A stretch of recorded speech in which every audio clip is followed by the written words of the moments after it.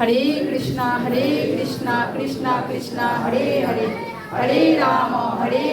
তাহলে রয়েছে তার জন্ম সাপের হবে। কেন? কারণ সাপ জানে এই পৃথিবীতে কোথায় কত সম্পত্তি আছে। আমরা যদি মিষ্টির আসক্তি নিয়ে মরে যাই, তাহলে মিষ্টি খেতে কে ভালোবাসে? হ্যাঁ, পিঁপড়ে জন্ম হবে। যদি মাছ মাংসর আসক্তিতে মরি, মাছ মাংস কে ভালোবাসে? কে? হ্যাঁ, বাঘ সিংহ জন্ম। কেন? ভগবান ভাই ভক্তের সব ইচ্ছা পূর্ণ করে। আমরা মৃত্যুর সময় যা ইচ্ছা করবো ভগবান আমাদের ভাই পূর্ণ করবে। পূর্ণ করতে গেলে আমাদের একটা শরীর দিতে হবে।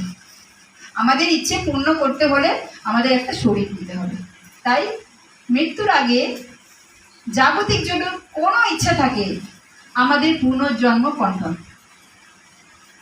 তাই এখন থেকে তো সারা জীবন যদি কেউ হরি ভজন করে না, আমরা বলি না বুড়ো বয়সে গিয়ে করব, বয়স হলে বৃদ্ধ হলে করবো, সারা জীবন যদি আমরা হরি ভজন না করি, আমাদের কি মৃত্যুর সময় অত কষ্টের মধ্যে কৃষ্ণ চিন্তা আসবে?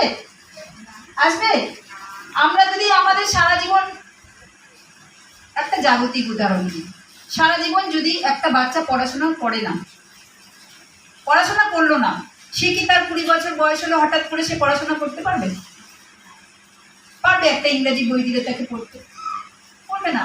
কিন্তু যদি সেই ছোট থেকেই সে পড়াশোনায় ভালো থাকে, তাকে বই দিতে হবে না, অলরেডি ইংলিশ বলবে।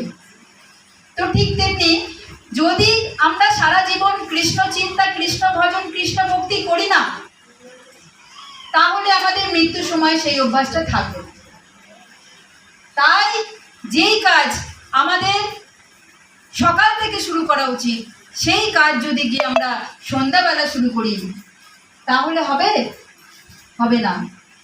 ওটা তাই এই একটা ক্ষণের জন্য সাধু মুনি ঋষি মহাত্মা ওরা তো বোকা নয়, যারা সারা জীবন ভগবানের জন্য সমর্পণ, তারা তো বোকা না।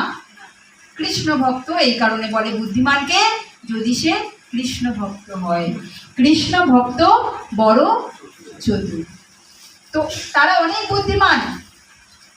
তাই আমাদের বুদ্ধিমান প্রাণী তখনই আমাদের বলা হবে যখন আমরা কৃষ্ণ ভক্তি করব। মায়াপুরে কে কে গেছেন? হাত তুলুন তো। অনেকে গেছেন।